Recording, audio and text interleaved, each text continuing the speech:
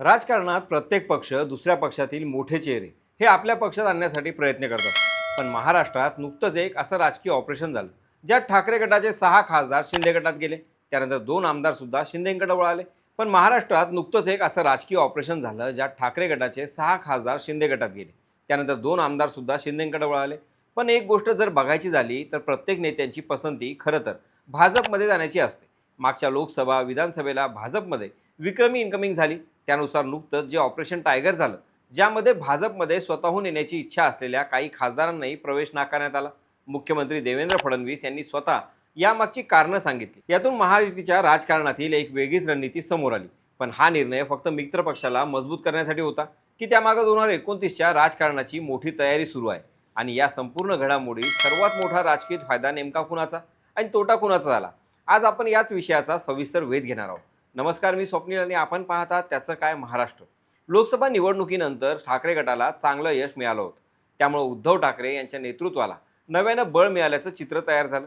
पण हे चित्र फार काळ टिकलं नाही. पक्षातील 6 खासदारांनी अचानक वेगळी वाट निवडली आणि एकनाथ शिंदे यांच्या शिवसेनेत प्रवेश केला. ही केवळ 6 खासदारांची फूट नाही, तर महाराष्ट्रातील पुढच्या राजकारणाची दिशा बदलू शकणारी घटना आहे. कारण या पक्षांतरानंतर पहिल्यांदाच मुख्यमंत्री देवेंद्र फडणवीस यांनी पडद्यामागे नेमकं काय घडलं यावर स्पष्ट भाष्य केलं. फडणवीस यांनी सर्वात महत्त्वाचा खुलासा केला, तो म्हणजे ऑपरेशन भाजपनं स्वतःसाठी केलं नव्हतं. त्यांनी स्पष्ट सांगितलं की हे ऑपरेशन मित्रपक्ष शिवसेनेचं होतं आणि भाजपनं त्याला पूर्ण सहकार्य केलं. हे विधान वर करणी साधं वाटत असलं तरी त्यामागं मोठं राजकीय गणित दडलेलं दिसतं. कारण महाराष्ट्रात भाजप हा सर्वात मोठा पक्ष आहे. अशा वेळी हे खासदार थेट भाजपमध्ये येतील अशी चर्चा होती, पण तसं झालं नाही. यामागचं कारण काय असू शकतं? पहिलं कारण म्हणजे महायुतीचं संतुलन. भाजपला हे चांगलं माहीत आहे की मित्रपक्ष कमकुवत झाला तर त्याचा परिणाम संपूर्ण आघाडीवर होतो. त्यामुळे प्रत्येक मोठा नेता भाजपमध्ये आणण्यापेक्षा शिंदे यांच्या शिवसेनेला बळ देणं ही दीर्घकालीन रणनीती असू शकते. कारण विधानसभा असो किंवा स्थानिक स्वराज्य संस्थांच्या निवडणुका, प्रत्येक मतदारसंघात मजबूत मित्रपक्ष असणं भाजपसाठी फायदेशीर ठरू शकतं. फडणवीस यांनी आणखी एक महत्त्वाचा खुलासा केला. या 6 खासदारांपैकी 1-2 जणांनी भाजपमध्ये येण्याची इच्छा व्यक्त केली होती, पण त्यांना स्पष्ट सांगण्यात आलं की सध्या भाजपमध्ये त्यांच्यासाठी जागा नाही. हा मुद्दा अत्यंत महत्त्वाचा आहे, कारण राजकारणात स्वतःहून येणाऱ्या नेत्यांना नकार देणं फार क्वचित पाहायला मिळतं. त्यामुळं हा निर्णय भावनेवर नव्हे तर स्पष्ट राजकीय रणनीतीवर आधारित होता, असं म्हणायला काहीच हरकत नाही. याच ठिकाणी दुसरा राजकीय कोण समोर येतो. भाजपला कदाचित हेही लक्षात आलं असेल की जर ठाकरे गटातील सर्व मोठे चेहरे भाजपमध्ये आले तर स्वतःच्या पक्षातील इच्छुक नेत्यांमध्ये नाराजी निर्माण होऊ शकते. अनेक मतदारसंघांमध्ये आधीच भाजपचे दावेदार आहेत, त्यांच्यावर बाहेरून आलेल्या नेत्यांना प्राधान्य दिलं तर संघटनात्मक अडचणी निर्माण होण्याची शक्यता असते. त्यामुळे मित्र पक्षाकडे त्यांना पाठवणं हा अधिक सुरक्षित पर्याय मानला गेला असावा. एक वेगळा मुद्दा जो यातील लक्षात येऊ शकतो तो म्हणजे बघा, फडणवीस ऑपरेशन टायगरवर बोलले आणि यात भाजपही पूर्णपणे इन्व्हॉल्व्ह होतं आणि भाजपनेच हे यशस्वी केलं असा रोखही निघतो. त्यामुळे कुठेतरी इथेही शिंदे यांना भाजपची मदत लागलीच असा एक संदेशही यातून लोकांपर्यंत पोहोचतो. किंबहुना याचे पडसाद शेवटी निर्णय प्रक्रियेत दिसू शकतात. हेही तितकंच खरं आहे. परिणामी मुख्यमंत्री फडणवीस यांनी पक्षांतराच्या कारणावर बोलताना आणखी एक महत्त्वाचं निरीक्षण मांडलं. अनेकदा पक्ष बदलताना निधी मिळत नाही, विकास कामं होत नाहीत अशी कारणं पुढं केली जातात. पण त्यांच्या मते हे पूर्ण सत्य नाही. त्यांनी स्वतः उदाहरण देत सांगितलं की आम्ही 2.5 वर्ष विरोधी पक्षात होतो, आम्हाला निधी मिळाला नाही, विकास कामांसाठी अडचणी होत्या, पण आमचा एकही आमदार फुटला नाही.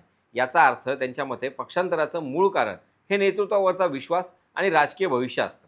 यातून त्यांनी अप्रत्यक्षपणे उद्धव ठाकरे यांच्या नेतृत्वावर प्रश्नचिन्ह उपस्थित केलं. एखाद्या पक्षातील लोकप्रतिनिधी पुढे संधी मिळेल का? नेतृत्व त्यांच्या पाठीशी उभं राहील का? पक्षाची वाढ होईल का? हे प्रश्न जेव्हा निर्माण होतात तेव्हा पक्षांतर्गत अस्वस्थता वाढत असते. फडणवीस यांनी लीड फ्रॉम फ्रंट हा शब्द वापरत नेत्याने स्वतः कार्यकर्त्यांमध्ये आणि लोकप्रतिनिधी यांच्यामध्ये विश्वास निर्माण केला पाहिजे असा संदेश दिला. दुसरीकडे ठाकरे गटाचं म्हणणं मात्र वेगळं आहे.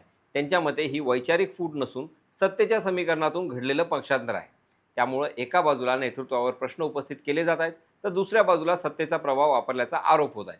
त्यामुळे या संपूर्ण प्रकरणात आरोप प्रत्यारोपांचं राजकारण पुढेही सुरू राहण्याची शक्यता आहे. या घडामोडींचा परिणाम केवळ दिल्लीतील लोकसभा आकड्यांपुरता मर्यादित नाही. प्रत्येक खासदारासोबत स्थानिक कार्यकर्ते, पदाधिकारी आणि मतदारसंघातील संघटना देखील जोडलेली असतात. त्यामुळे या पक्षांतराचा परिणाम आगामी महापालिका, जिल्हा परिषद आणि विधानसभा निवडणुकांवर होऊ शकतो. शिंदे गटाची ताकद वाढली आहे तर ठाकरे गटासमोर संघटना पुन्हा उभी करण्याचं मोठं आव्हान निर्माण झालं आहे. फडणवीस यांनी याच मुलाखतीत महायुती सरकारबद्दलही भाष्य केलं. सरकारमध्ये 3 पक्ष असले तरी धोरणात्मक निर्णय एकमताने घेतले जातात. आणि स्थानिक मतभेद हे नैसर्गिक असल्याचं त्यांनी सांगितलं. यामागेही एक स्पष्ट संदेश आहे. गेल्या काही दिवसात महायुतीमध्ये वाद असल्याच्या चर्चा रंगल्या होत्या. त्या चर्चांना उत्तर देण्याचा प्रयत्न या वक्तव्यातून दिसून येतो. त्याचबरोबर त्यांनी 50,000 कोटी रुपयांच्या टेंडर्स रद्द करण्याचा निर्णय, समृद्धी महामार्गातील अंदाजपत्रकात बचत, मुंबई महापालिकेतील टेंडर प्रक्रियेतील बदल आणि कथित खंडणीखोरांवर कारवाई याचा उल्लेख केला. म्हणजेच पक्षांतराच्या चर्चेसोबत सरकारची कार्यक्षम प्रतिमा उभी करण्याचाही प्रयत्न या मुलाखतीत दिसून येतो. एकूण पाहिलं तर ही घटना केवळ 6 खासदारांच्या पक्षांतराची नाही. हा महायुतीतील समन्वय, भाजपची दीर्घकालीन रणनीती, शिंदे गटाचं वाढतं राजकीय महत्त्व आणि ठाकरे गटासमोर उभं राहिलेलं नवं आव्हान यांचं एक एकत्रित अभ्यास करण्याचा विषय आहे. भाजपनं दार बंद ठेवलं, हा निर्णय तात्पुरता वाटत असला तर त्याचे परिणाम पुढील काही वर्षाच्या महाराष्ट्राच्या राजकारणात दिसू शकतात. जे खासदार शिंदे गटात आले त्यांच्या विरोधात लोकसभेला भाजपचेच उमेदवार होते. अशा परिस्थितीत भाजपची ताकद आणि नेता आधीच ते मतदारसंघात आहेत. त्यामुळे तो गट दूर जाऊ नये यासाठीही भाजपने सध्या तरी या ऑपरेशनपासून स्वतःला लांब ठेवलं असं म्हणता येईल. आता सर्वात मोठा प्रश्न असा आहे की हा प्रयोग इथेच थांबणार आहे का, की पुढच्या काळात आणखी काही मोठे चेहरे अशाच पद्धतीने राजकीय भूमिका बदलताना दिसतील आणि भाजपने आज मित्रपक्षाला दिलेलं प्राधान्य उद्या महाराष्ट्राच्या राजकारणात कोणतं नवं समीकरण तयार करेल? याबाबत तुम्हाला काय वाटतं? कमेंटमध्ये नक्की सांगा. बाकी राजकारणाच्या आखाड्यात आपली नजर कायम असणारच आहे. तेव्हा कुठेही जाऊ नका, पाहत राहा, सबस्क्राईब करा. त्याचं काय महाराष्ट्र.